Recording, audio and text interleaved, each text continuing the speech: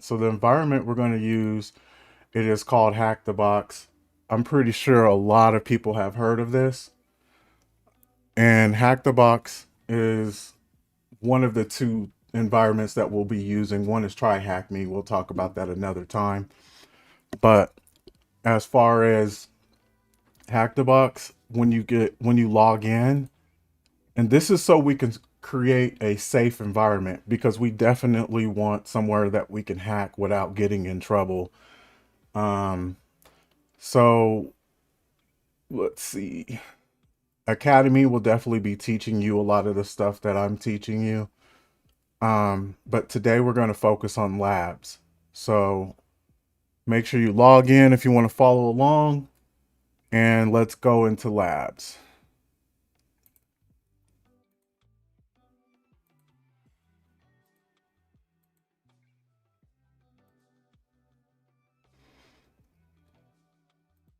So before we get into all the Linux cool stuff and get our hands, Academy is when it's like how it sounds. It's an academy place where you can learn the knowledge and the tools that that are recommended for you to be able to hack. It's like how I was saying Linux is one of your main tools. Think of it as like your car. Well, learning how to program might be your metal detector, while learning networking might be your whatever, your tool, one of your tools. So I will explain a lot of that as we go along. So I wanted to show you that um, ooh, hold on. Where was that at? There is something. I wanted, before we go in, I wanted to quickly mention this because I hear on all the cybersecurity groups that um, a lot of people are like, "Hey, I'm looking for a job, but it's hard to find one."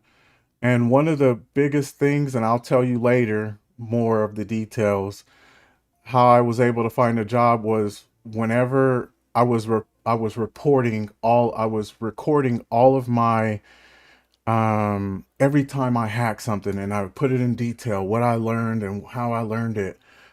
So we'll talk about that a little bit later, but this definitely mentions how the number one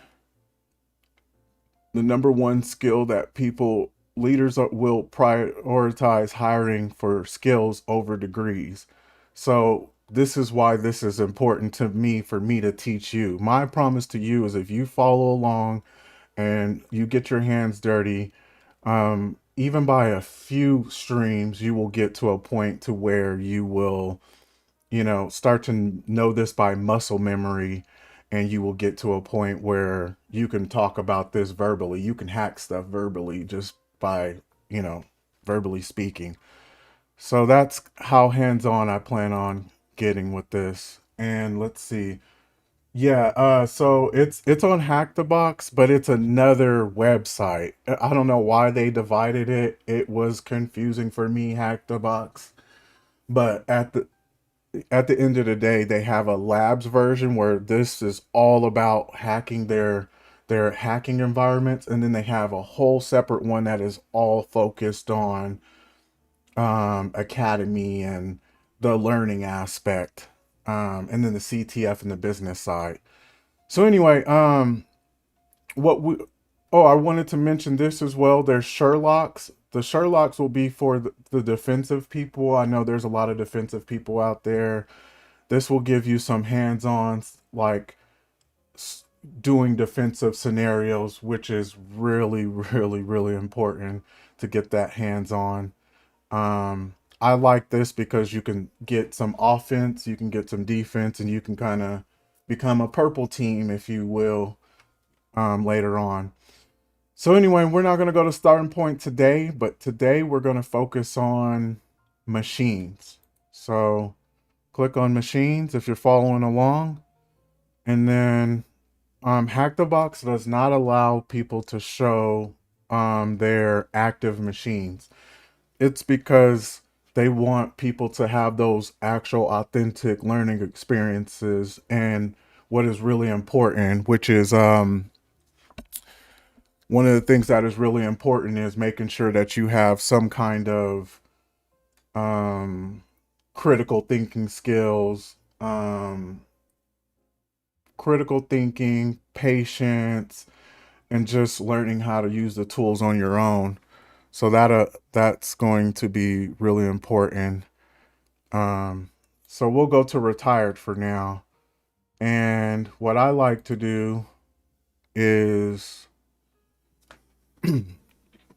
let's see. What I like to do is go to make sure that it's sorted by user difficulty because you're new. You want to get all the easy stuff you can get. And then we want to click on easy. Make sure that I'm out the way real quick. Okay, I'm good. Let me see. All right, and then today we're going to focus on the easy user built. Oh, user owns is what we would sort by. So we'll unclick that, click user owns. This is how many people have um completed this. Where is it? So Linux box. All right. So this is our guide today. The box we're going to do is called lane, and um I like to kind of look at this before I start, especially if you're new. So this was a lot of 310 people said that this was extremely hard. And I'll show you how easy it is once you learn the tools. And that's why you kind of need to build a foundation. Without a foundation, all this stuff is hard. Because to me, it's like super easy, but we're going to get you there. That's our goal. All right. So what we'll do is we'll click on lane,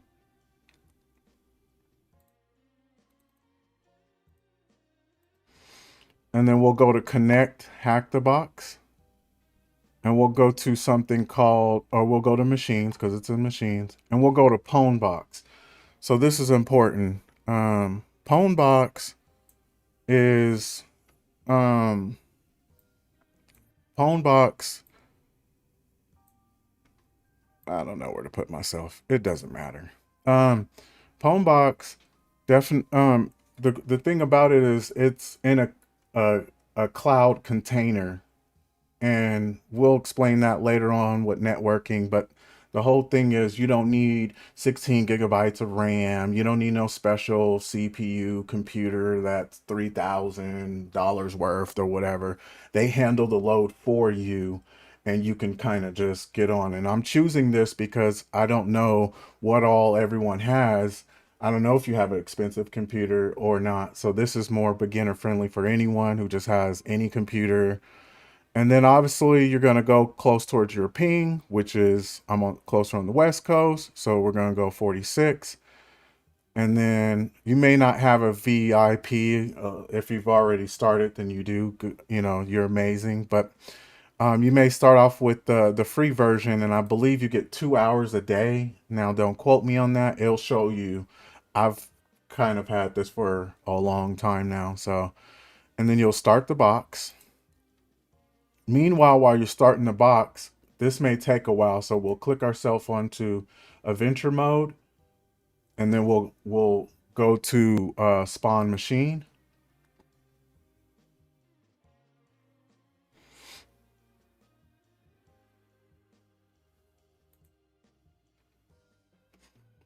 All right, as this spawned machine, we can go back here. Let's say go back to this machine, Pwn box, and we'll wait for this. It's doing the firewall and all of this amazing stuff. Just getting you started up.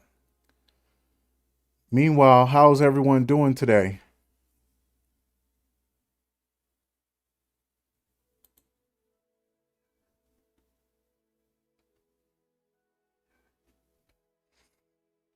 All right. So what we'll do is this isn't important, but it's important to me.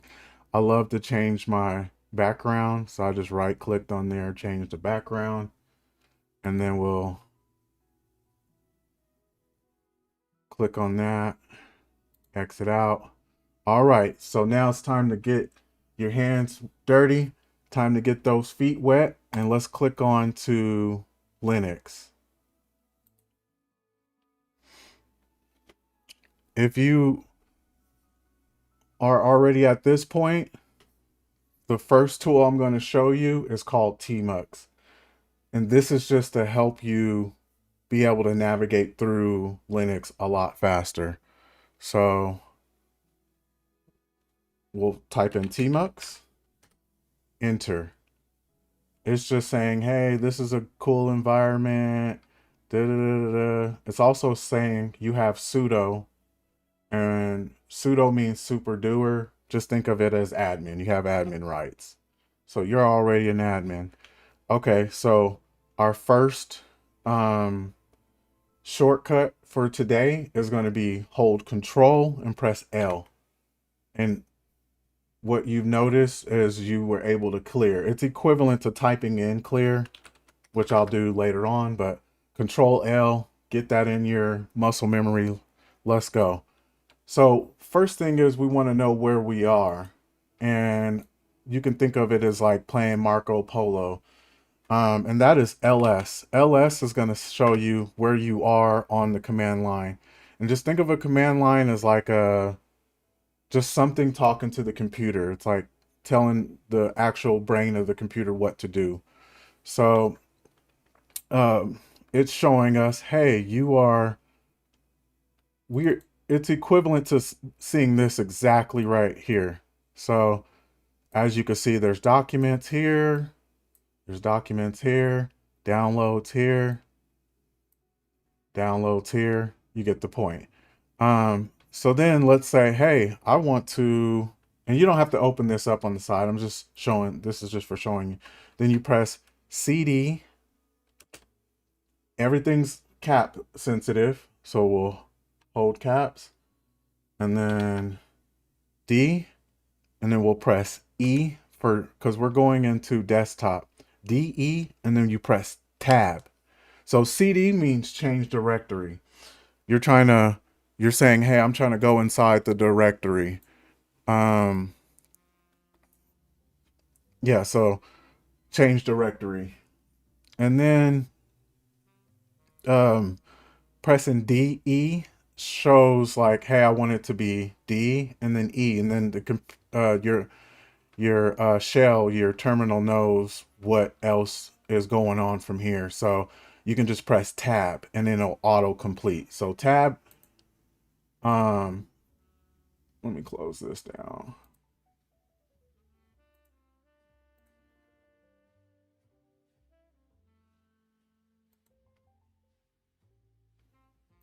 Come on, baby. Oh, here we go. All right. And then we'll open this back up.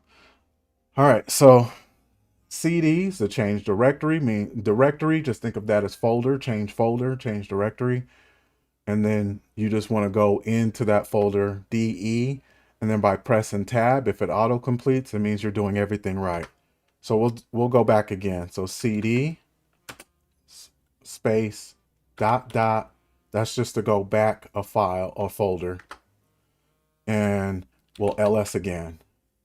So if we pressed CD, capital D, and then we press tab, it doesn't do anything because there's three things that starts with the D. So if you double tab, or whatever, it's already doing it. So if you double tap, it's going to say, hey, well, which one do you want? So you press the next thing.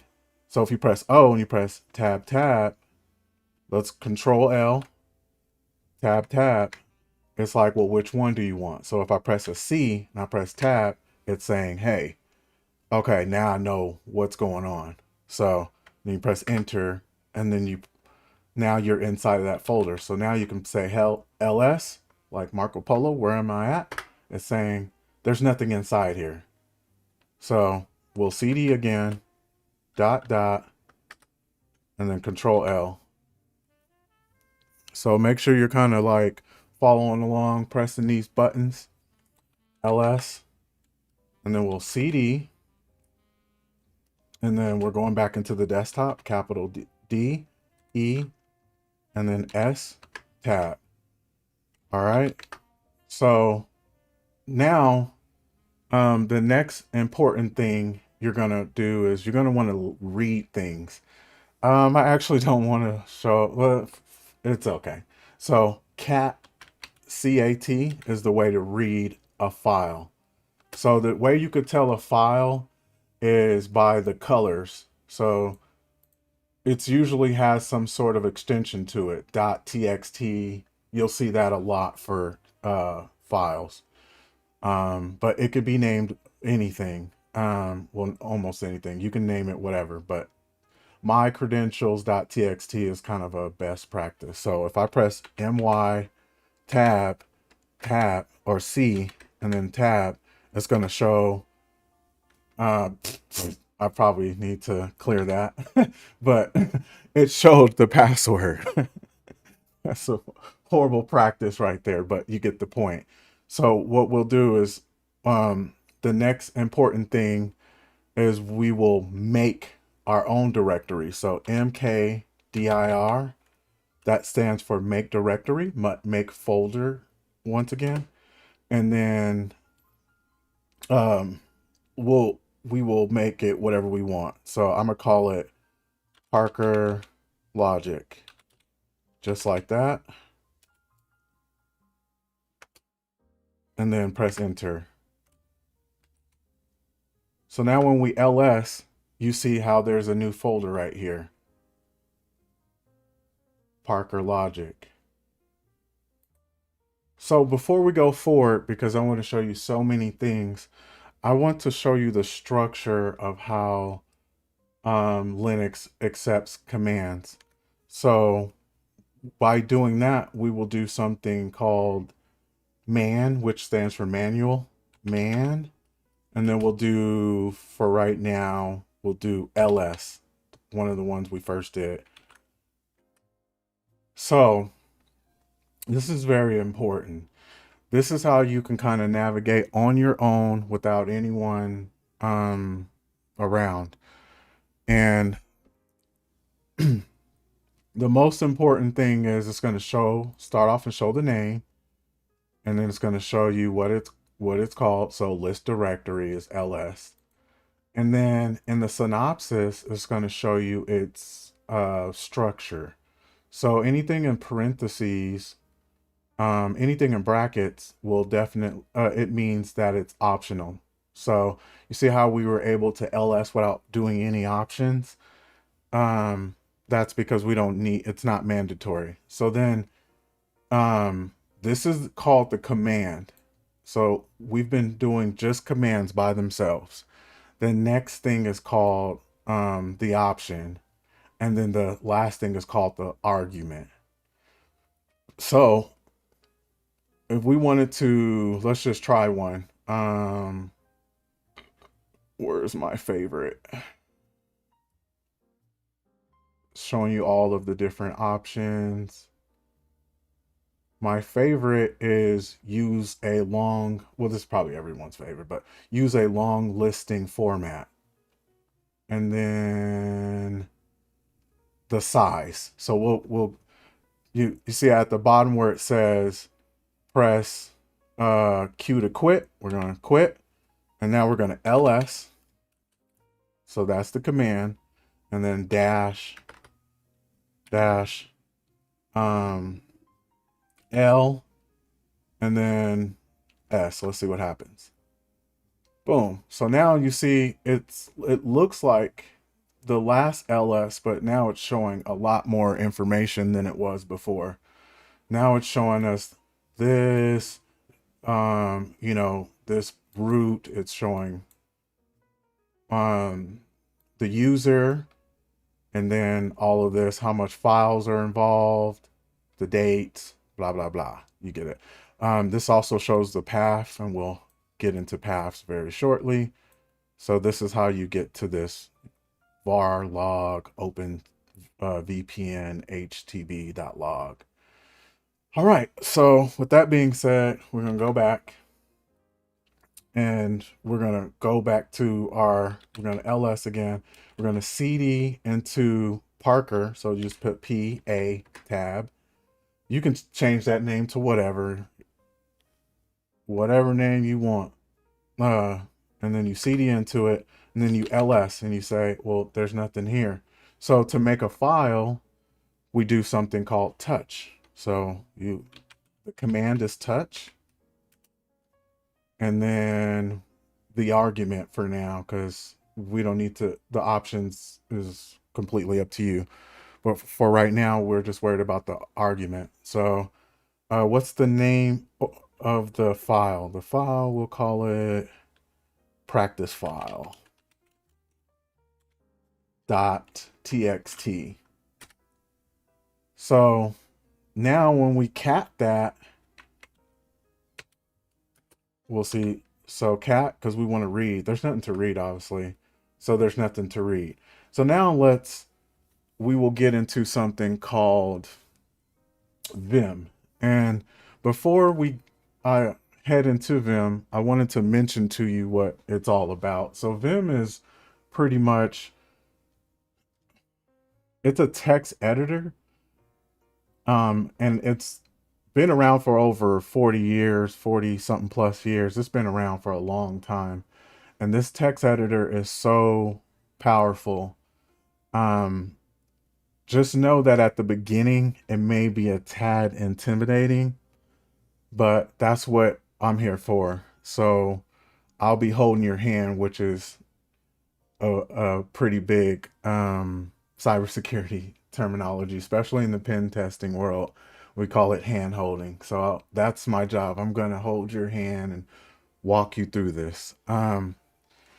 There's a lot of memes about Vim that people get lost and stuck in it, and you might have to look them up whenever you get the chance. But with that being said, we're going to go into this file with Vim. So you just type in Vim and then P tab. All right, don't press anything. As soon as you get in here, don't press anything. So with Vim, there's three important things with this text editor. And you will need this text editor, or you'll need some kind of text editor, because if you want to manipulate files, you want to go to an access control list and give yourself access so you can get inside of a network. You need to be able to manipulate files. So there's three important things about Vim. One is there's three modes. The first one is, it has a lot of names, but it's mainly called command mode. And this is its like main mode. This is where I'm at right now. There's nothing to move around. And then the next thing is, just follow me, press I. It's insert mode. Insert mode is where you're going to press things. So press I, and then you'll see it shows insert mode right here.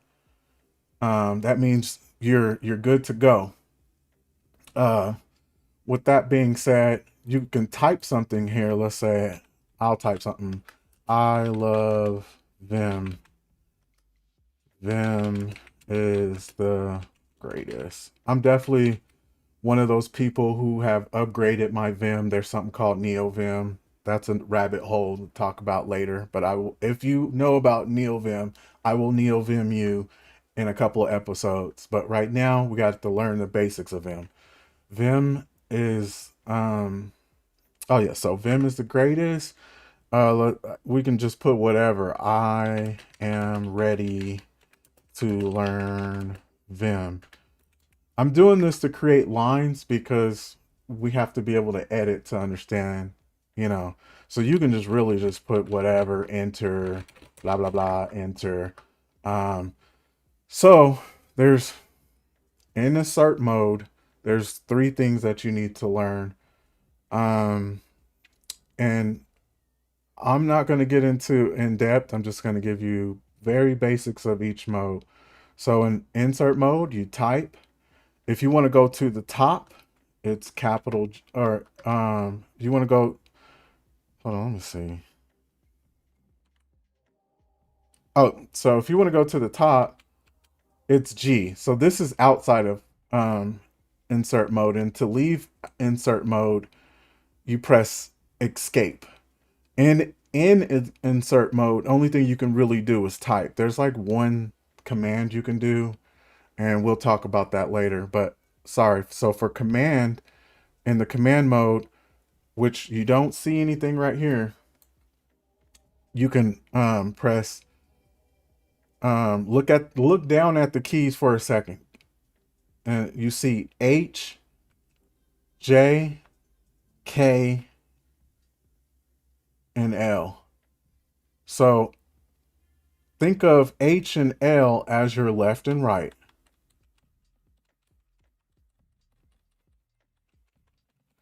J, think of it as a hook going down, fishing. And K, think of it as a kite. You're going up. H, L, J, K. All right, that's all you need to know for now. How to navigate in command mode, and then how to type. So you want to go back and type. You press I for enter.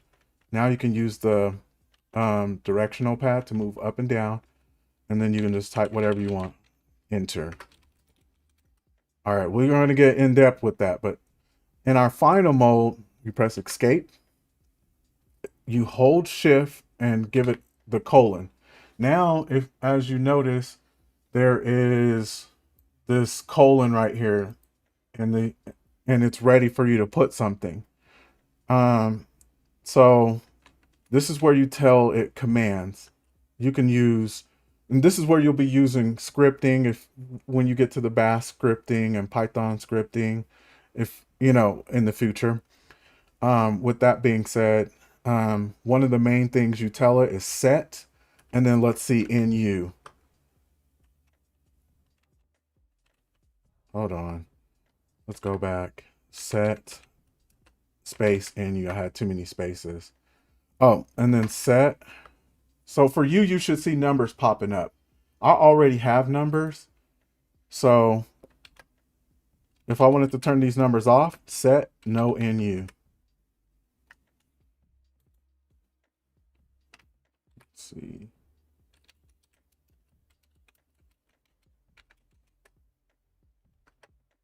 All right, well, that's not working. Let me show you something real quick. So color scheme, and then tab. And then I like to go over to elflord. So there's a bunch of commands, and you see how I can kind of customize it. You can keep customizing this, and you can turn this into a whole VS Code IDE if you wanted to. You can turn it into whatever. But that is all you need to know for Vim right now. You set some things in command mode, and then you you press I in the insert to throw in notes or manipulate notes. And we will do a lot of that later. And then in command mode, you can press set G to, it'll show you how much lines. Press G to go up at the top. Control G to go to the bottom. So to get out of here, we got to go to the command mode, or we got to go to the last mode is called last line mode. So just remember, last line mode, you will to leave. So W is write, Q is quit. So you press colon W Q, and that'll get you out of there. So now that we are finally out of Vim, one of the most important things we'll be paying attention to are the rest of the Linux commands. But for now, let's see, cat, and let's go to practice. And now you can see everything that you've written. I love Vim. Vim is the greatest. You get the point. Let's go back and see what all we need to do. So let's get our PWD. Let's get all this going.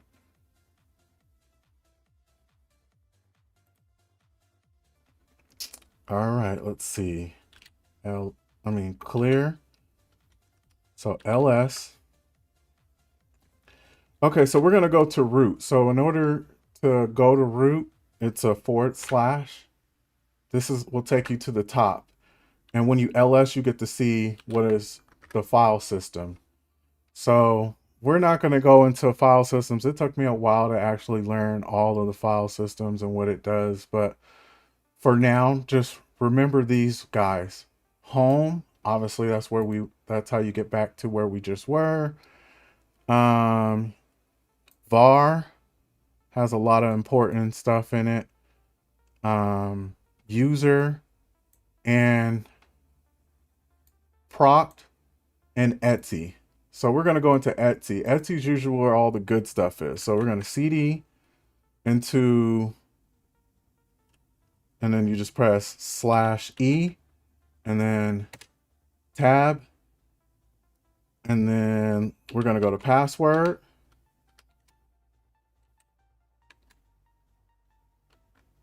Oh, if I spell it right. Hold on. No, I don't. Oh, let's name it. Forget it. Okay, so let's see. Where is it? There's something I'm missing. So Etsy and then hmm. It's good to have these problem solver moments. This is what separates people who become really good, from people who don't. Everything isn't going to go smooth all the time. But let's see more. So to navigate through this, if you're following along, you press Control B. This is talking to tmux, and then you press Shift left bracket. So Control B or Control B and then bracket. Now you can just press up and down on here, and it'll bring you through. So let's see, and then to back out, you'll see this right here. You just press Q. So let's see. Where am I trying to go?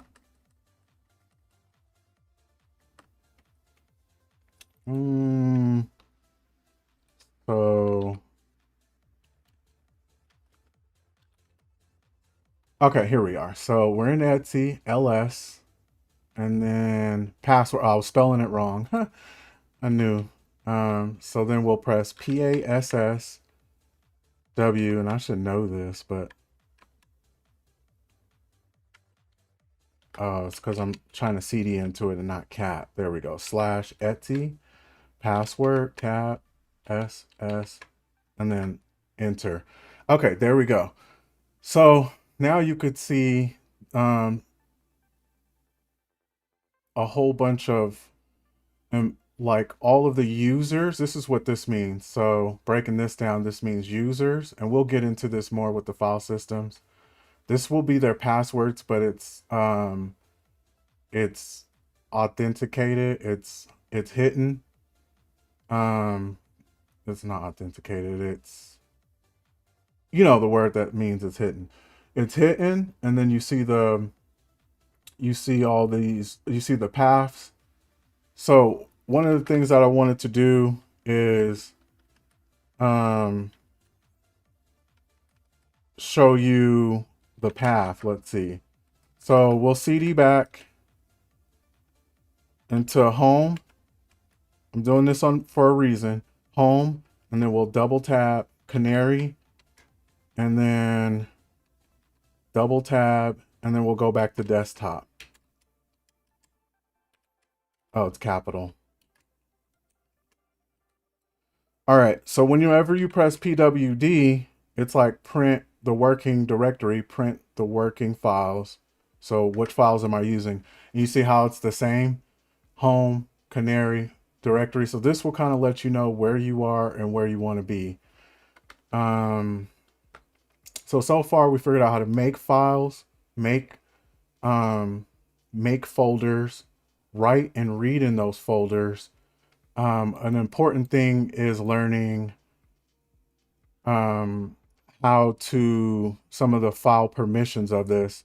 And this is kind of, advanced, but it's just cool to, I believe that it will be cool with your kit to understand what this means to a small degree. So what am I going to do? Let's Control L, LS, or LS, and then dash. We can do LS again. And then I'm going to copy this right here. And then I'm going to explain something very important to you. We'll take this over to Canva. Now, I believe that this was one of the most confusing things for me, when it comes to hacking, and it's because when you get into a certain computer's network, you need to know what privileges you have, and if you begin to understand privileges at the beginning, as you start to see this, because I'm going to go over a full demonstration of me hacking something after we're done with this Linux, um, with the basics of Linux. And you need to know what permissions you have, because if you don't know what permissions you have, you don't know what you can and can't do. So this is very important. Let's see, let me zoom in.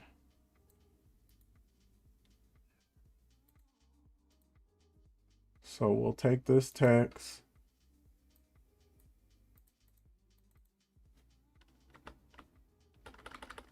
and then oh, this one looks the same. So let's go to another one and copy this one. That way I can show you different permissions side by side. Okay. So what we'll do is we'll break this up into different groups.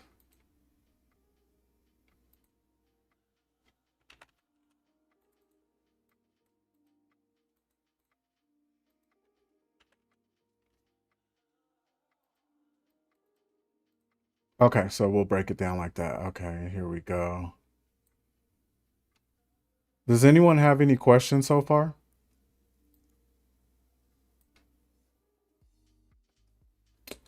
Okay, so this last digit, this last character is it shows what type of, what are you messing with? L is for link, D is for directory, and there's other ones. There's other different types of files and stuff. But the most things that you need to pay attention to is this is set up in 3 different groups. So the first group is user. This explains all of the user permissions. R is for write or for read. That means they can only go through that file. You've probably been through a file that you can only read, a read-only file. You can't touch it. You can't. So W is for write. Now you can actually manipulate some things, and X is for execute.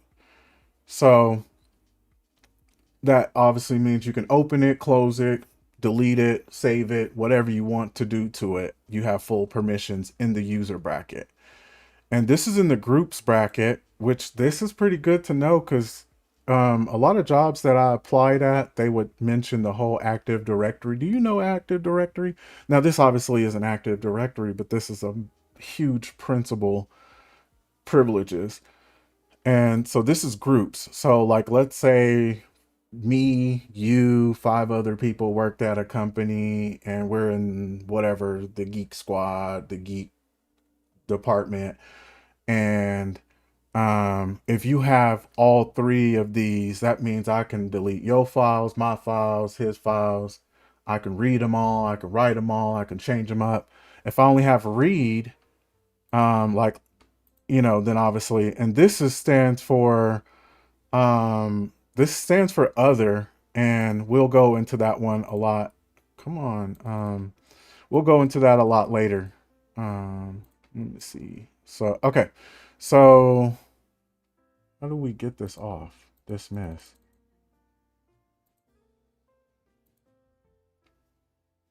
I don't need this right now. Okay. Well, anyway, we'll just have to pretend we don't see this blocking us. So anyway, D, this is a directory. This person has read, write, and executable permissions for themselves as a user. They can only read and execute for the group and only read and execute for the other. They can't do any writing outside of their own files that they make. So that's what that means. Um, Going back to that, um, this is obviously HackTheBox's environment, so I can't just start manipulating their files. That's why I don't have full permissions for it. But anyway, with that being said, that was a little quick overview of file permissions, and it's really good that you pay attention to that. Any of this stuff, if it sounds like it's too much for you, a little bit over your head, just keep rewatching this, keep practicing, write notes. But if you want to get good, this is the way. So, um, let's see. We need to learn how to add things in. So, sudo, once again, that means super doer. It means you are saying, hey, I need to be admin. I need to be X for right now. I need X privileges. Like I was just saying, that's executable privileges. I need that for just right now, just this line. And then what I want to do is use something called apt, which is the command.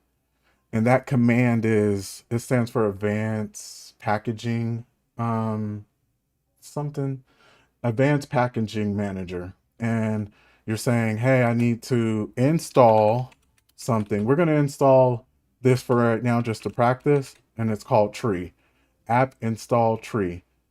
And then you can put in an option of yes, which says, hey, I want to automatically accept it because it's gonna ask you, do you want to accept this? Usually on your computer it will. If it doesn't say that for this one, that's how they have it configured. But if you're doing this on your own computer through your own virtual machine sometime, it's gonna ask you every time. Like, so now you could see launchers are updated, and now we can use something called tree. Oh, well, how do you use tree? So since tree is not part of the normal commands, usually things that you install, you're going to have to use something called help, not the manual. So this is and this is the option for it.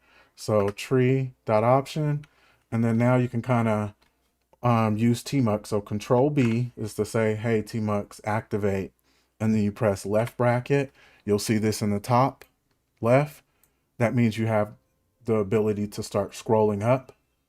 Um, and this is how you kind of look through it. And that may look confusing as I don't know what, but just know that tree's the command, and then it has all these different options. But we just want to list all files. All files are listed. So we're just going to use -A. So to get out of here, we press Q, and then we go back. So to go back to any of your previous commands, you're going to press up or down. So obviously up, we just want to go back and use that last one. Tree dash help. I mean, dash A. I don't know why I did that. So now it's kind of helping us like use the directory, and it's showing, oh, this is a file, this is an actual directory, this is an actual file, and this is the tree. So let's use that real quick for fun before we head out and do more things. So we'll go back to root, cd space slash, and then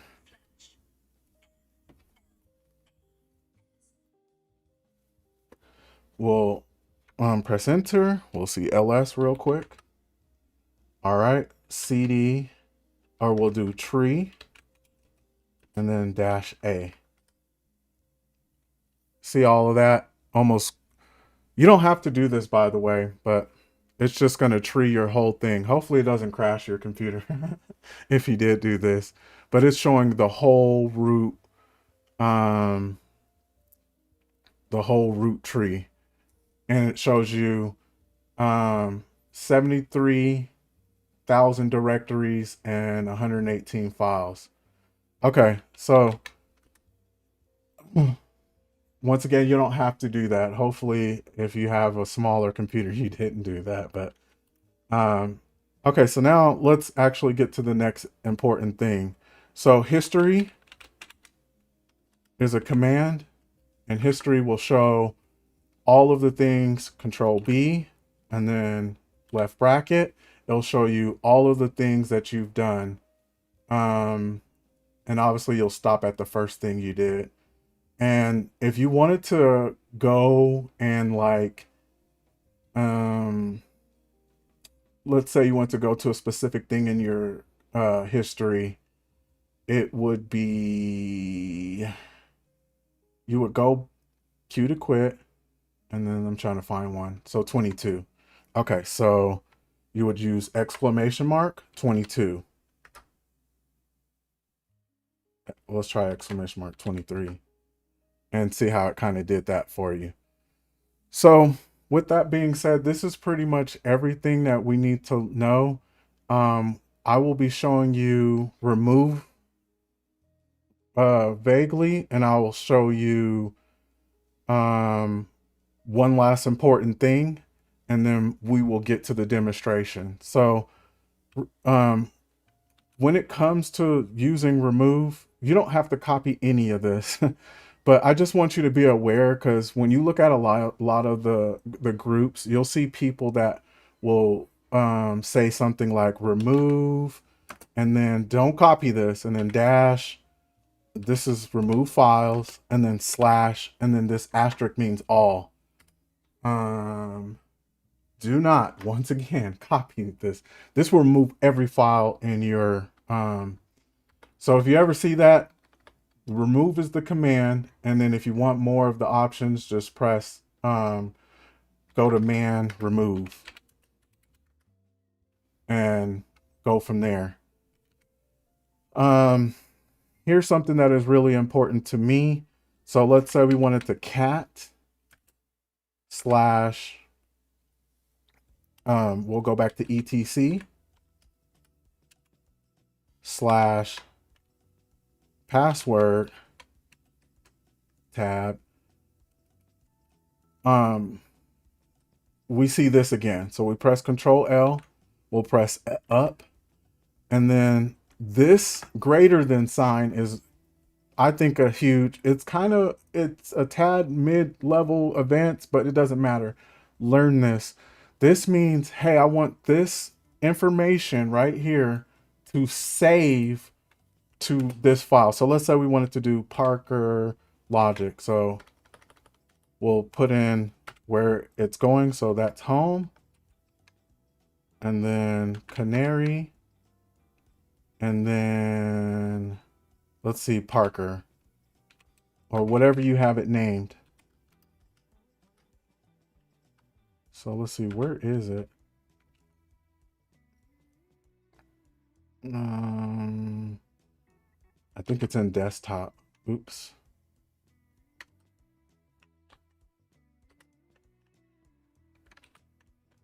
Oh my gosh, I just deleted it, but okay, that's fine. So cat slash, oops, cd slash, excuse me. Let's see, and then you go to cat etc home, or password, getting a little ahead of myself, and then we're gonna save, and then we're gonna go to slash home, and then we're gonna go to the name of our person, and then it was in desktop, I believe, and then Parker.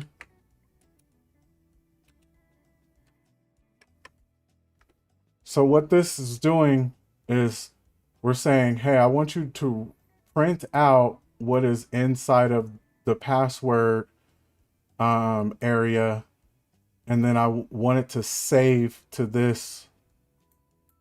Um, Even a better way, let's see.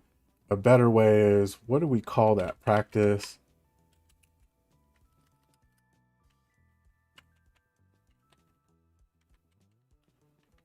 Let's see. So it's the same thing. I'm just going to show you a quicker way. So let's see. That, and then etc, and then password, and then let's see, Parker. Oh, I don't think it's made anymore. Since I deleted it, let me see. Is it here? cd/home. I think I need to go back there real quick. So let's see to see if it's even there. And then des. All right, let's see. Is it even here? Oh, it is here. So let's cat, and then etc, because we want to be nosy with that file. And then we want to password.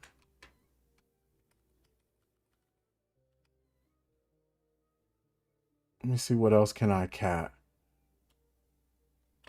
Cat, HackTheBox lab. Okay, so this is what we'll do. Sorry, just excuse all of that. We'll just make it simple. So we'll cat whatever the log file is, and we'll save it to Parker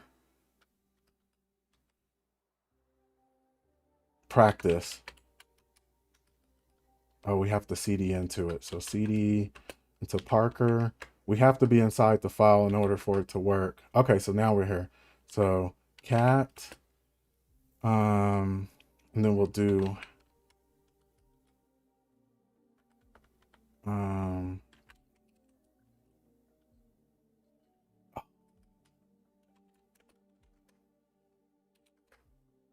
see, I'm even having a hard time, even though it's not that advanced, but it's just I'll get her done. Okay, so cat, and then hack the box file logs, and then we'll save it to Parker Logic, and then practice. There we go. Finally, it happens.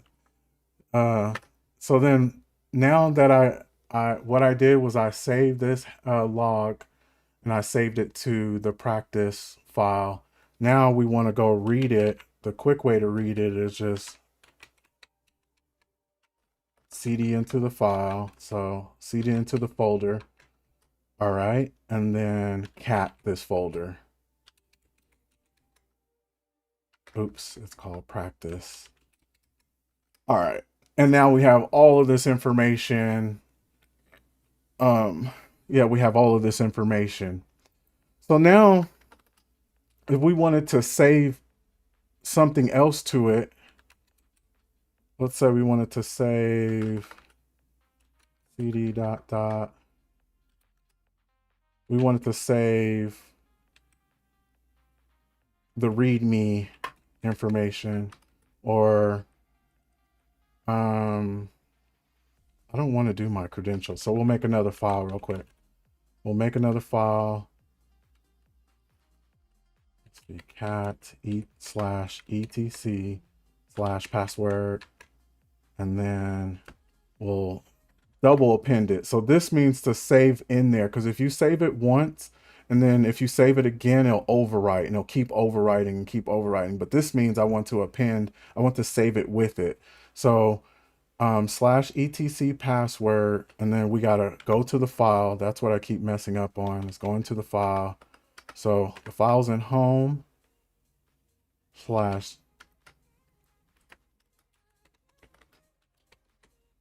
and then capital D, and then Parker,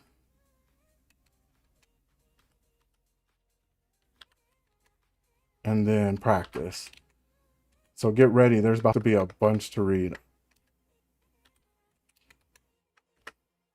Okay, so now we'll cat this. Cat practice. We'll CD in there first. CD, Parker, LS to see where we are.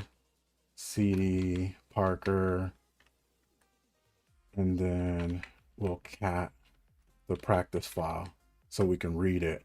So now we'll press Control B, and then Control B and then left bracket. And then now you can kind of see there's a whole bunch of information. So you can see where the information changes if you scroll up. It starts from like this was the first thing we catted. We catted all this information. And then the second thing that we catted was all of this information. So that's kind of how you add files and save it into a folder that you can look at. So now that is pretty much everything that we need. Q to get out of here. And from here on, I'm kind of going to show you a demonstration of me hacking this box. So first things first, this box is called lame. So this answers one of the questions that someone asked me earlier. What does Academy help with? So Academy, you can learn all these individually, which I'll be walking you through. I'm kind of walking you through this one right now. I kind of showed you some things that they haven't showed you, but I'll go over it all together. I plan on doing a basics too soon. With that being said, you have the Nmap right here. That's one of the tools. All of these is what is needed to crack this box. And so right now we're just right here. The rest of these for right now, and we did a little bit of this. The rest of these for right now, we will do, I will kind of just walk you through it, but just do it. So you don't have to follow if you don't want to, but I say it's good muscle memory. And let's get it started. So first thing I'm going to do before I do anything is open up a second pane. It's just like opening up a second window, you'll see. So it's Control B and then it's Shift percentage. Now it opens up. This is the power of tmux. So I was able to open up two different windows that are meant for me to do the same thing. So to open up that window, I pressed Control B and then Shift percentage, which is under the 5, above the 5. And then from here, if you want to go back and forth, you press Control B and then go over to the left, or Control B and go over to the right. I normally like to make a bunch of notes down here and a bunch of different windows, but I don't want you to get too confused. So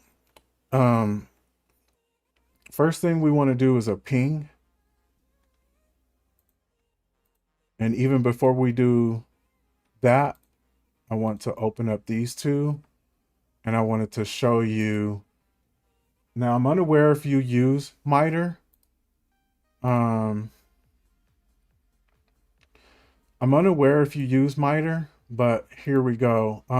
If you never heard of it, this is like it's like a worldwide database that kind of shows like a lot of different campaigns that have happened, hacking campaigns, and they kind of record it defensively, offensively, and purple team wise.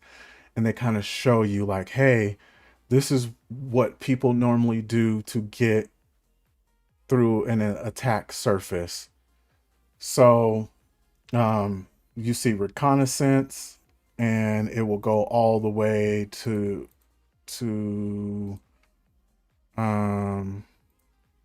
hopefully this isn't getting, yeah, it's getting way too small, but it will get all the way over to exfiltration.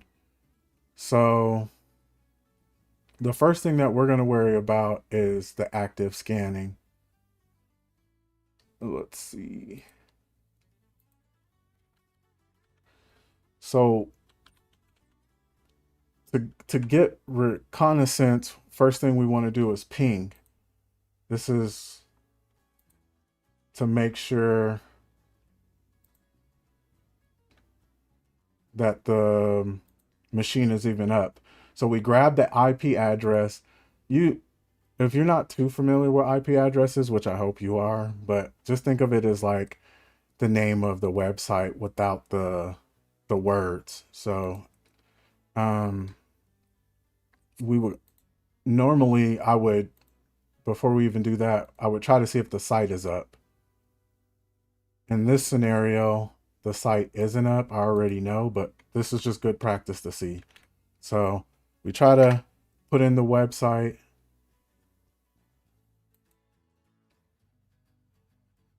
and then it says it timed out. So we want to ping it.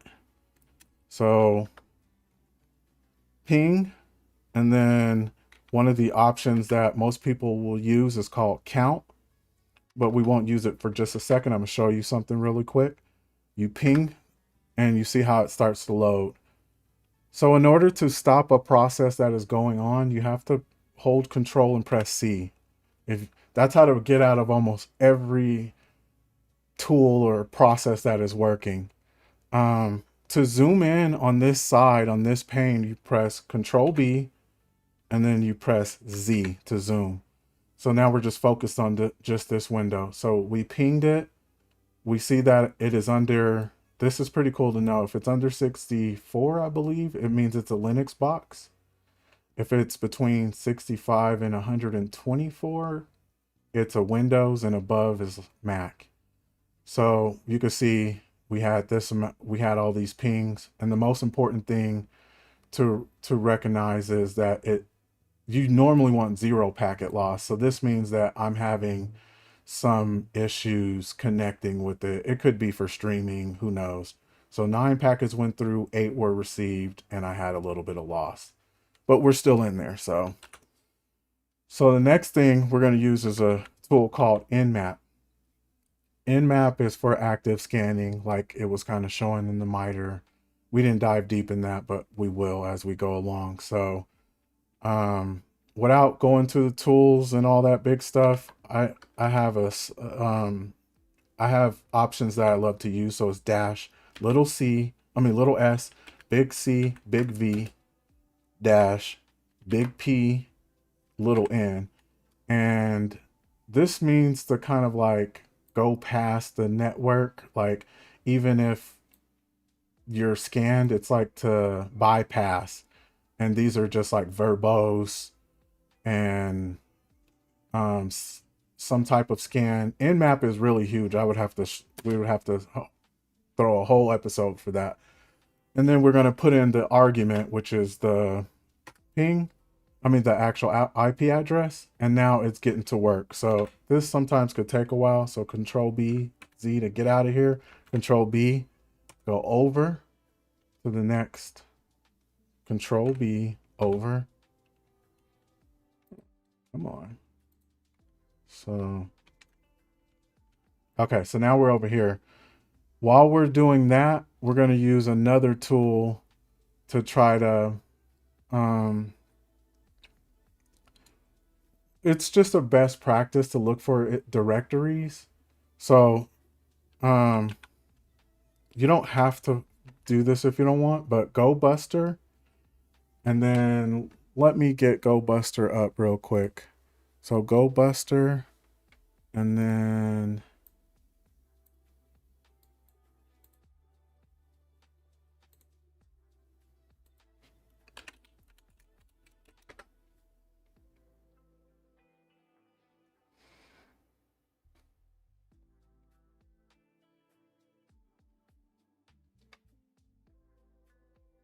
let me see, GoBusters.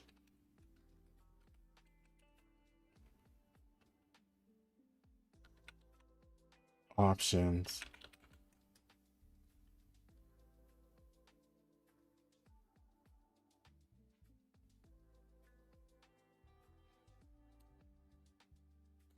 Okay, so there's going to be dir for directory, and then -u, and then it's going to ask where is this at. So this is usually in user.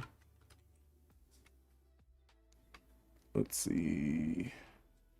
It's usually in user, or let's see, user, share, and then word list. This is a really popular path. So you don't know anything about this or never heard anything about this. This would be something to throw in your notes. As you pen test, you will see this extremely often. So share, word list, and then I think the next one is directory. Let's see. Dir.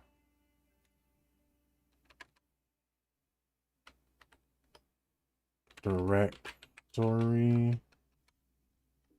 I could spell it right. Let's see what happens. Tab, tab. Okay, so we can check. This is also a really popular password breaking list. But for now, we're going to go something small. Oh, so it's dirbuster. So dirbuster, and then slash tab tab. And then we're going to go into directory.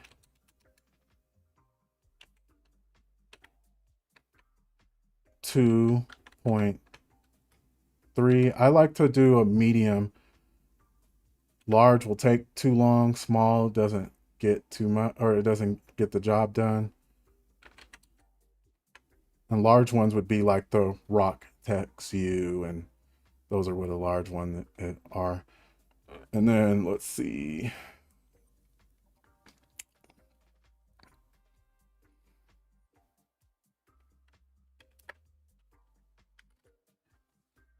Oh.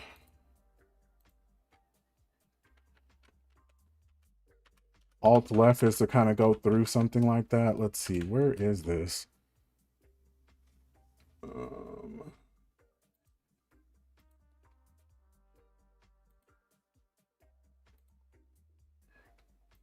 One second. Let's see. Go Busters. I'm just looking up the best pathway. That way I can utilize the tool the best way. Go Busters.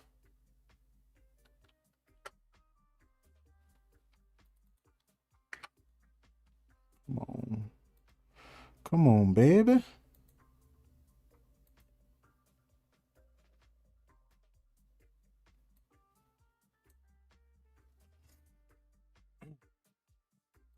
I believe right here I need to put in HTTP :/ and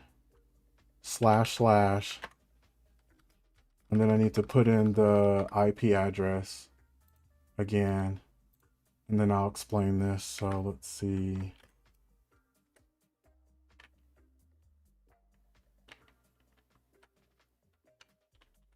And then right here,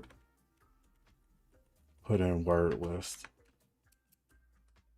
Okay, so I don't want this to seem confusing, and you're just kind of like following along and kind of seeing what's going on. So I just use the command go buster, which is the tool. Then, let's see. So it couldn't find anything, and this is pretty normal when the website is down.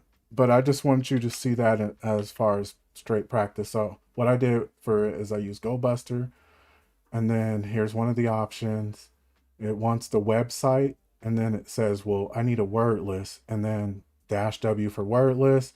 And here's the path in our directory and our Linux system to get to this, to use this tool. So Control B, Z, we'll go back on the other side. We'll clear this real quick. So Control L.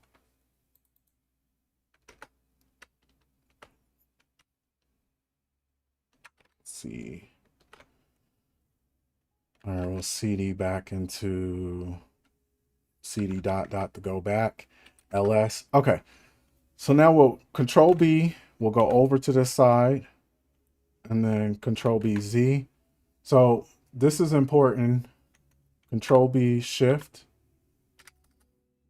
left bracket, Control B, left bracket so we can get this up here again. And then we're going to scroll up and see what's going on. So we did the scan. After it was completed, it revealed to us some important things. So here's some really good like lingo, jargon. You need to know this. So one of the first important things is we are checking ports. It looked at the TCP ports, um, and usually there's 0 through 1,000. Of the first 0 through 1,000 ports are the most important ports. As far as these ones belong to a lot of the networking systems, and from 1,000, I believe, up to 65,535. Don't quote me. um, they are owned by certain companies, and they have different. Some of them are made to be redirected to you, but more importantly, this port 21, you'll see a lot. You'll see port 22 a lot. This is SSH secured shell. It's the way that you remotely connect to another computer. So you'll definitely be knowing this one a lot.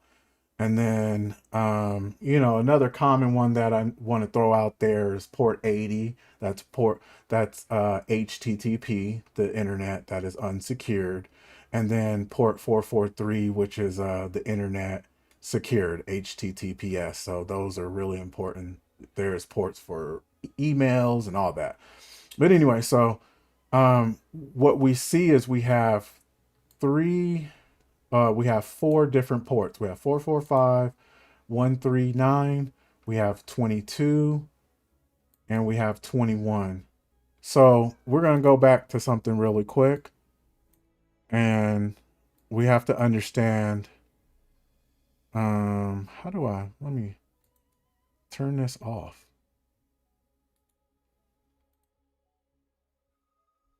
I'm not know how to turn that off. And it is bothering me. Okay, so we'll have to zoom out. Where is it? Does anybody know how to turn this off? Let's see. Show quick replies. Turn all of this stuff off. Okay, there we go. Yay! Found it. All right, so here we go. So let's imagine we're going on that treasure hunt again. And inside of this treasure hunt, we have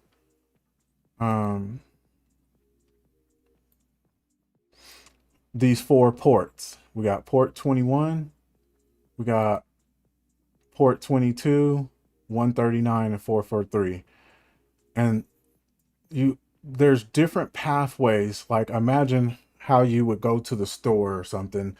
There's not always one route to go to the store. You can go left on this block, right on that block, you know. So think of that as think of these are like routes to get to the treasure. And these routes to get to the treasure are called attack surfaces. So this is kind of like, what tools are you going to use to get there? What ports are you going to do to get into, to get into the system? So today, for this demonstration, we're going to go through port 21, and then we're going to go through port 443, and we'll go from there. I just wanted to show you. And sometimes you may attack a system and it has 8 ports up. Sometimes you may attack a system and it has 0 ports up, and you have to force your way into one of them, or you have to figure out another way. So, this is kind of like the gist of what you will do. And this also, it's called enumeration. So I'm showing you a basic form of enumerating a attack surface. So anyway, now that we have some information, it even shows me, the name of the computer, the domain. This is the actual website name, and all of that information. So I like to personally keep this up. Let's see. I like to personally keep this up. And even if I have to, I will go back, I'll quit, and then Control L, and then I will save.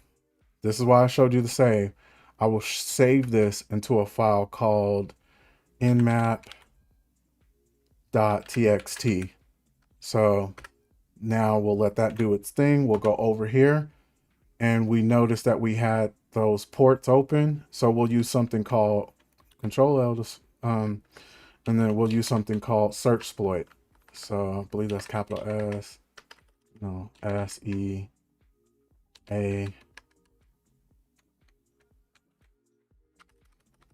see CD dot dot.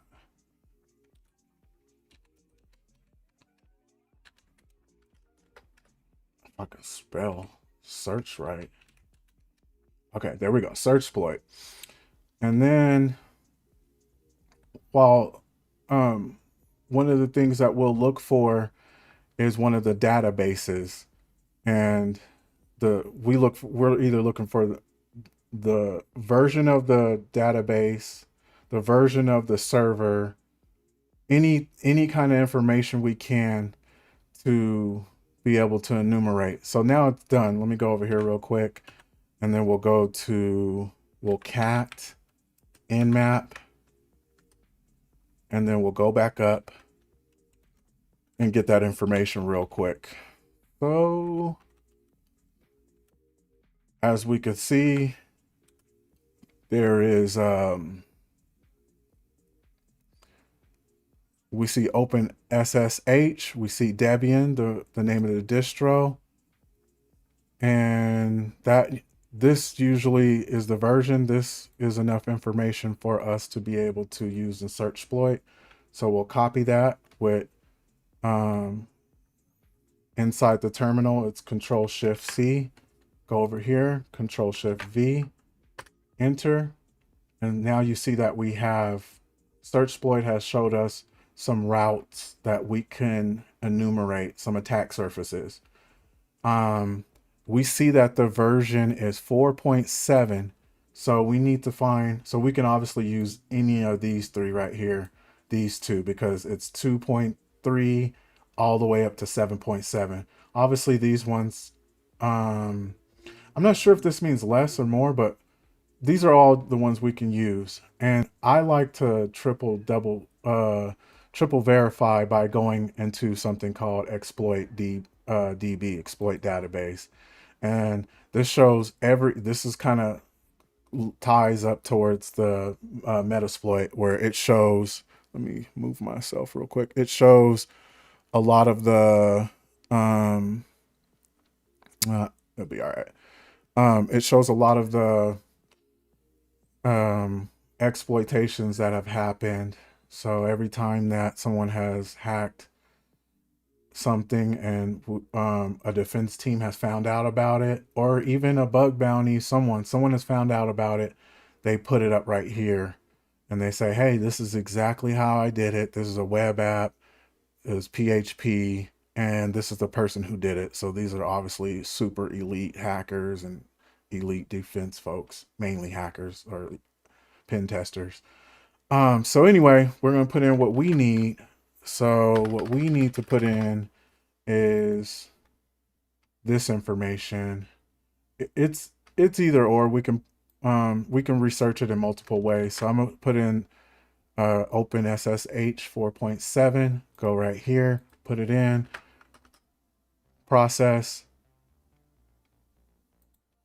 Maybe it's that P1 that's messing it up, or that P altogether.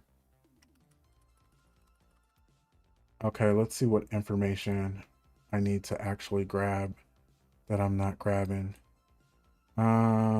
Let's try using this path and see. Hold on, let me try this one more time because I'm kind of confused on why that's not happening. Okay, so you can quickly see that two things these guys have found two ways to enumerate. I'm unaware of why it's not showing me. Maybe I'm putting in too much information. Let me just put in 4 real quick. 4 point. Because what I'm trying to do is I'm trying to get this exact stuff to pop up. This exact. So open SSH.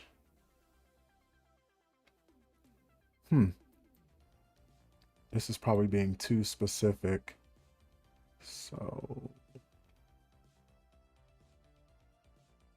oh, see, I'm over here. Oh, the first thing I did wrong was I need to go to port 21.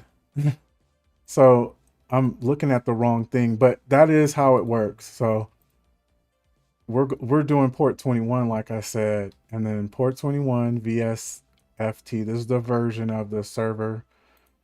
And then we'll go right here, Control V, and boom, there we go. So now I need to go back over here, Control B, go over here,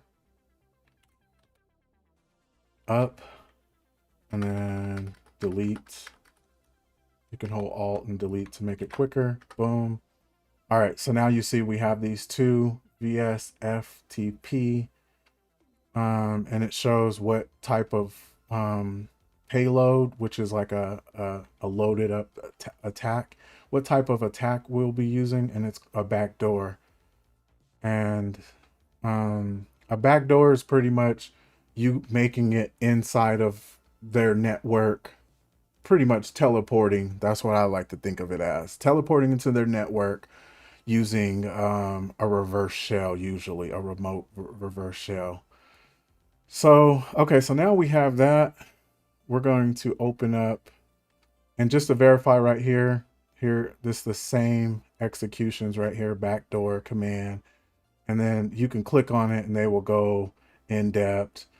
They're showing you the actual Python script, and we'll be talking about scripting eventually. It's not really that complicated. It looks like it is, but obviously to make a payload would probably be a lot more complicated than just learning how to read it and make simple things. So anyway, so here we are. We're gonna open up something called Metasploit. So Control L whenever it decides to move. Okay, to open up Metasploit, this tool is MSF CO. Then you just press tab for console. So while that's opening up, we're gonna zoom into this so we can focus on it.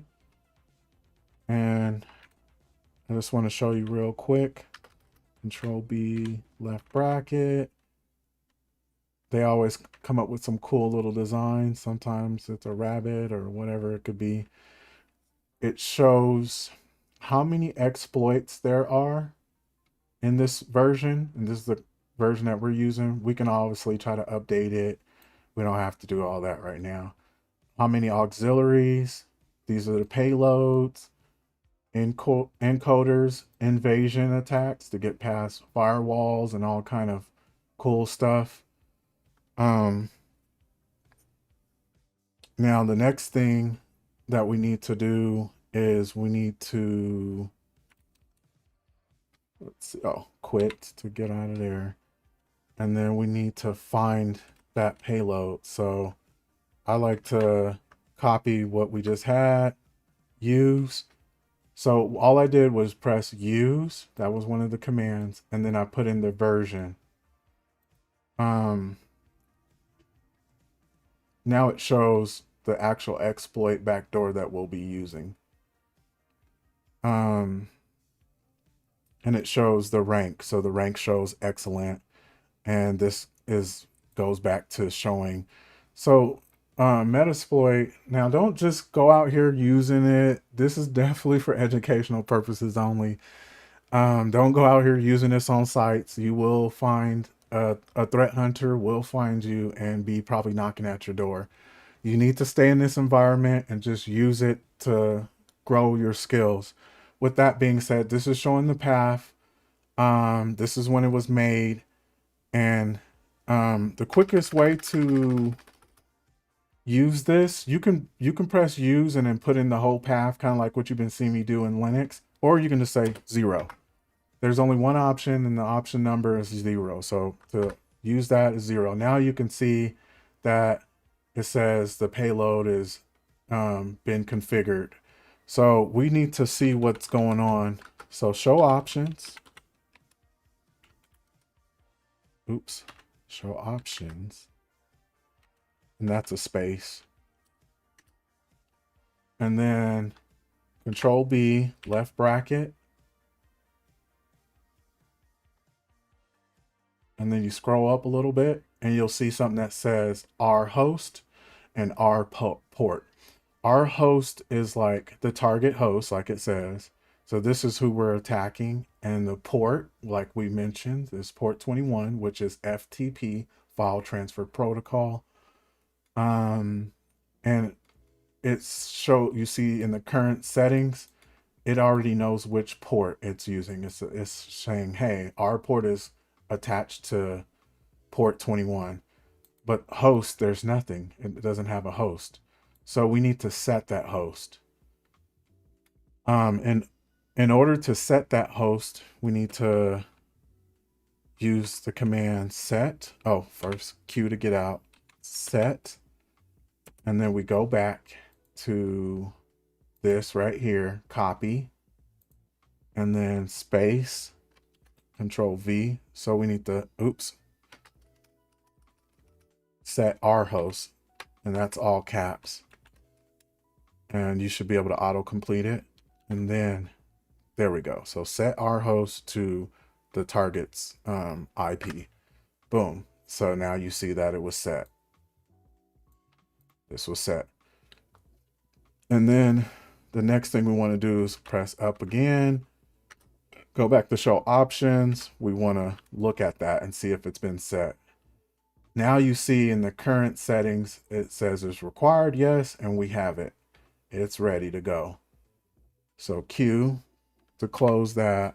And then to use this is run.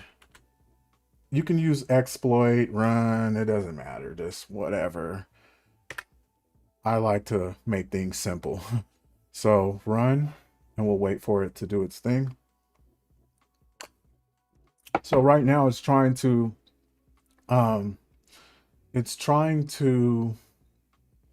create a backdoor in someone else's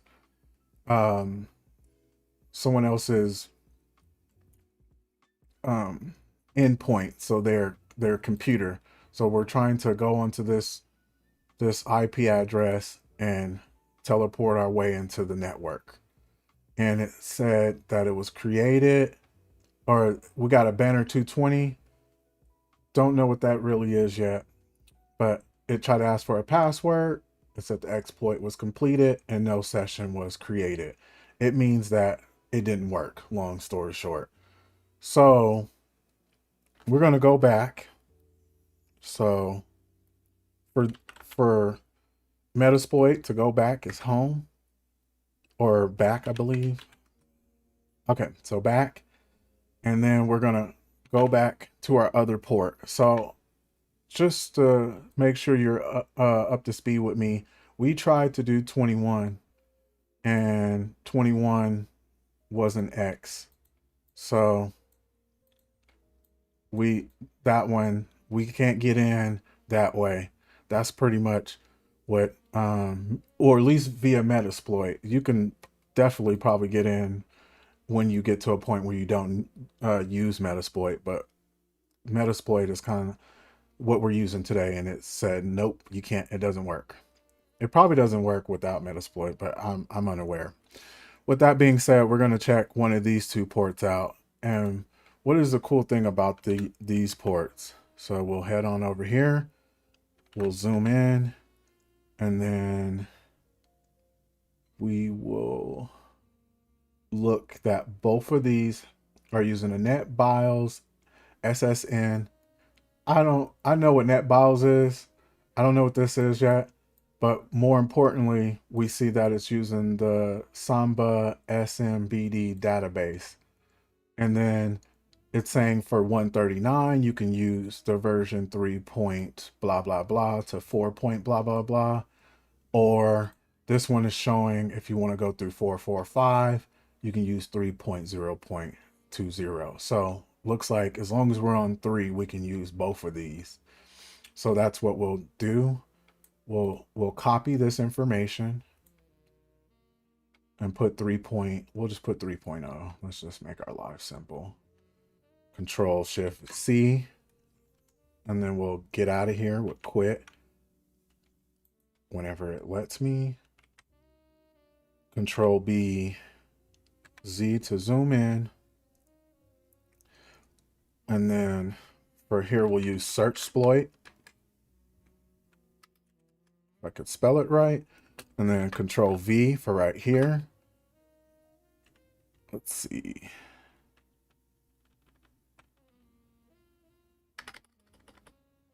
I think I put too many spaces. Searchsploit. We'll just skip this part in this Samba. Oops. Okay, there we go. There we go. So as I mentioned, this is obviously the one straight for this one because it's Samba 3.0.20. That is the one for the 445, if you remember that. And then we can use almost any of these. So since we don't know which one works the best, we're going to go over to Metasploit. And then we're going to use, and then we're going to copy that same thing we just did. Let's actually do this for good practice, just so we can see real quick. So we're going back to the database, exploit database. Oh yeah, I forgot I got to delete this part in the middle. And then you see all these. So even if you have no clue what's going on and you just start looking at MITRE ATT&CK and exploit DB, you can work your way into becoming elite. It will take a while, but you can, but yeah, every time we do any box, we'll be, doing this whole system. This is my system to be able to hack on my own without, needing a walkthrough or anything like that. So anyway, now we're about to attack these. I'm trying to learn how to use Canva if you haven't noticed already. But yeah, so now we're about to attack those. And we'll put our focus back on this. Control B. Control B, Z. So we'll zoom in. Let's see what we get. Oh, we have to delete this in the middle. It's always different, and make sure that there's not a million spaces between. Okay, so what is the most important thing to me? I really don't like, unless I wanted to just like try some of these out for fun. And when I get to the Metasploit episode, we will just be trying a bunch of them for fun and getting into all the details. I just go for excellent. My chances are extremely high. The reason why it didn't work for the other port is because this box is designed to block you out of port 21. But I'm pretty sure there's some hackers out there that can get in there regardless. But anyway, so use 0. And then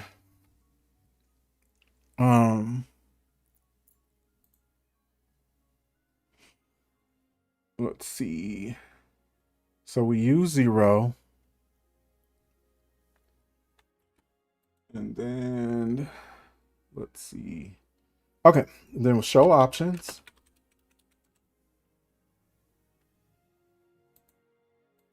Come on, baby. Show options. And then after we get that going, okay, so this is important. So you see how it says L host? This is the listening address. This is us now. R host is the attacking. L host is us. So it's listening from my VPN, but I want it to listen from HackTheBox's VPN. And you could see it in the top right corner. Here's another way to verify your which VPN you may be in, just in case yours could be different. So I'll go into this real quick. ifconfig. Pretty sure a lot of you guys heard of that or know about it. And then we'll go Control B, left bracket. And it's in tune. It Control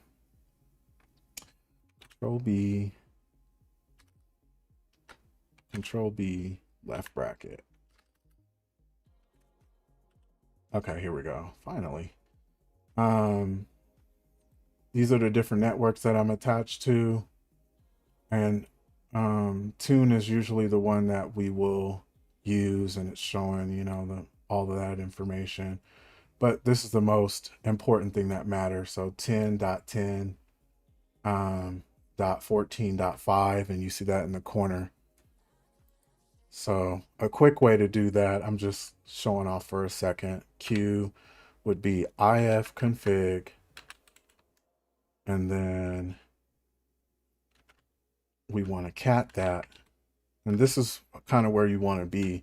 And then you want to pipe that, which I'll be showing you in the next one. Then we want to grep, and then we want to grep inet.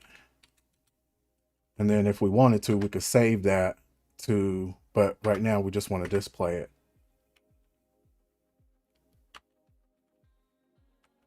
Or not. Let's do less.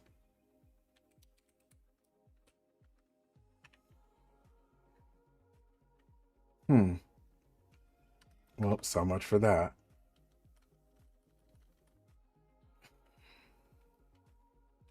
All right, so let's get back on task. So Control L,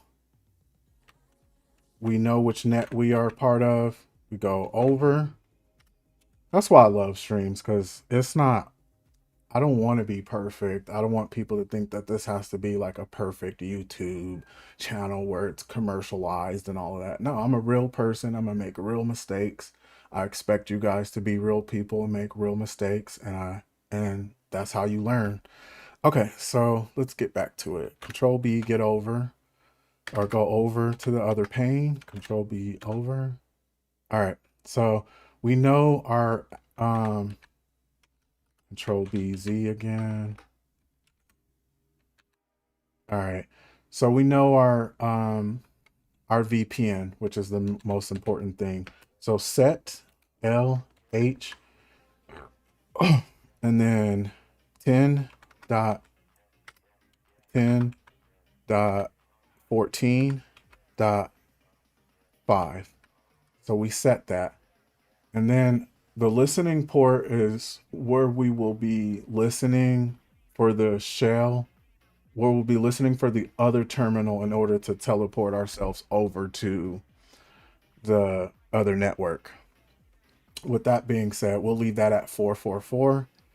Even though you can't see set our host, it's there. You need to set it. And that was a big mistake I got lost on for forever. I'm like, I don't see it, so it's not asking for it. But you still need to set it. And obviously we know what to set it for. We go copy that and then Control V. Okay, so now we're looking good. Let me see, show options.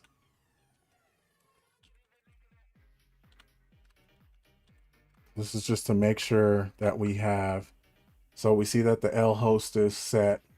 We see that the port is set. And now all we have to do is just run. So it's setting up the reverse shell, reverse terminal. And it shows that we were able to create a session going over from our VPN 10.10.14.5 on listening port 4444 over to their the attackers, the victims shell network 10.10.10.3. And look at the port we're on, 51,304. So that is just a random one it came up with for us to be able to get this random session going. So now we want to do a few things. We want to see, who are we? So who am I? It shows that we have root access. So now we're going back to using a lot of our Linux again. This is why Linux is so important for this. It, you see where, remember being in the file system. Oh, I'm not in a full shell. Um, I'm not in a full shell, so I can't use full privileges. I don't want to get any confusion going with that. So we'll just see how it's printing onto the screen. It's printing pretty weird or whatever or whatnot. But the whole purpose of it is we can cd and then we'll slash home. We'll get ourselves, oh, we can't tab either. So we'll cd into home, ls. It says, okay, now you see, I see that inside of home, there's something called file transfer protocol, which is probably a bunch of amazing files. The user, so it's probably the name or the user's information, the services that are running, and a person's name, Macus. I don't know who that is, but obviously Macus sounds very important. So let's get a little nosy and see who Macus is. We cd it into their folder, ls. Now we see that there's something called user.txt. So that's some kind of special note. And inside of that, we'll cd into that, or we'll cat that to read it, user.txt. And right now you see that there's a flag, and here's a flag going. And so if you haven't done this, and I'm pretty sure you haven't, we would go to adventure mode, we would put the user flag submission right here and copy and paste.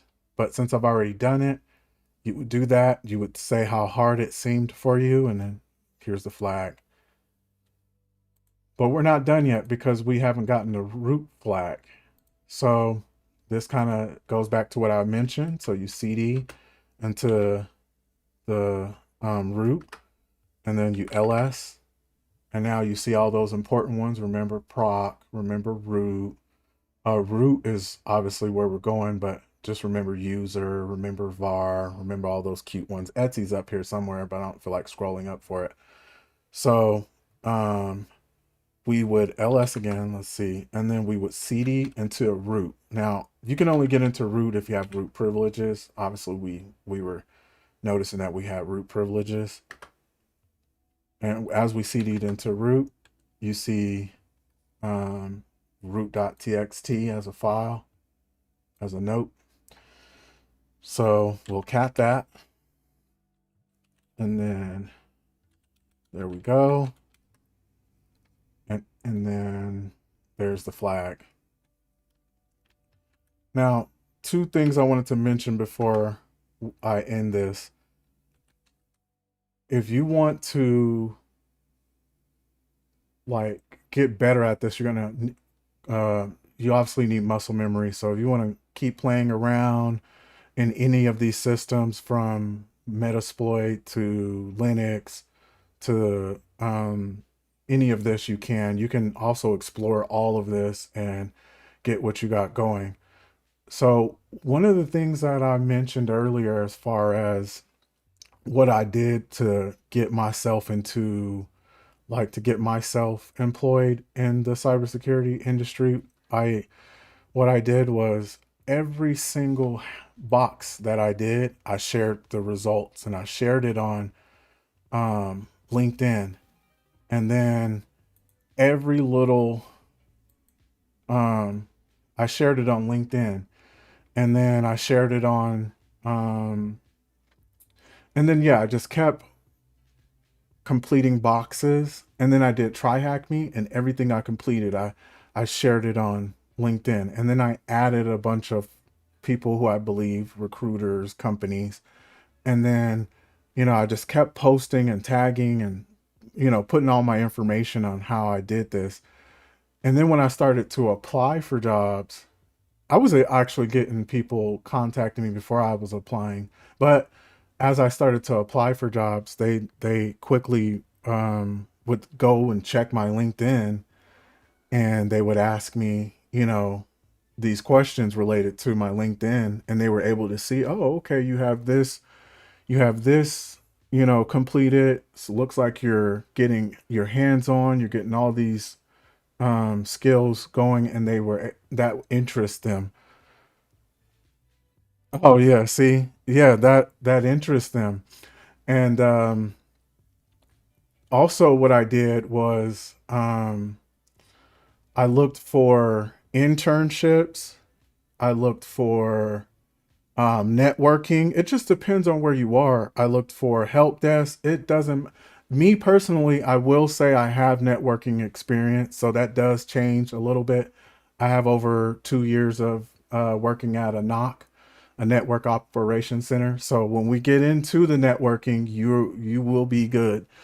But you can do that for, um, like I said, help desk. You can do that for any position that you're trying to get into. Just get in, because right now, um, the second thing that I did is I noticed there's a big herd of people running towards getting their Sec Plus, going defensively or GRC, and I actually have a GRC role, but um, what I'm saying, GRC is kind of a gray area because there isn't really a lot of training programs. There is one that I know about, but besides that, um, you kind of have to build your own portfolio to get in. And then for the defense, everybody was going towards the Sec Plus.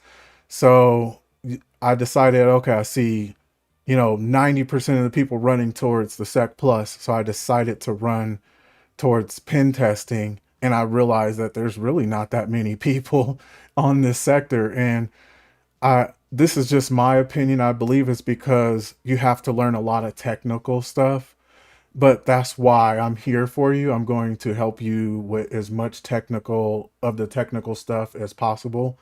And I also want you to help me. If you see anything that I did wrong or you want to build up, here we are. With that being said, thank you guys so much for your time. I'll reply to your comments as soon as possible. And in the next video, I will be showing you Linux. That's tomorrow at 7 p.m. If you want to join, I'm here. If you want to look later on, that's fine. Besides that, thank you guys. I appreciate it. Bye bye.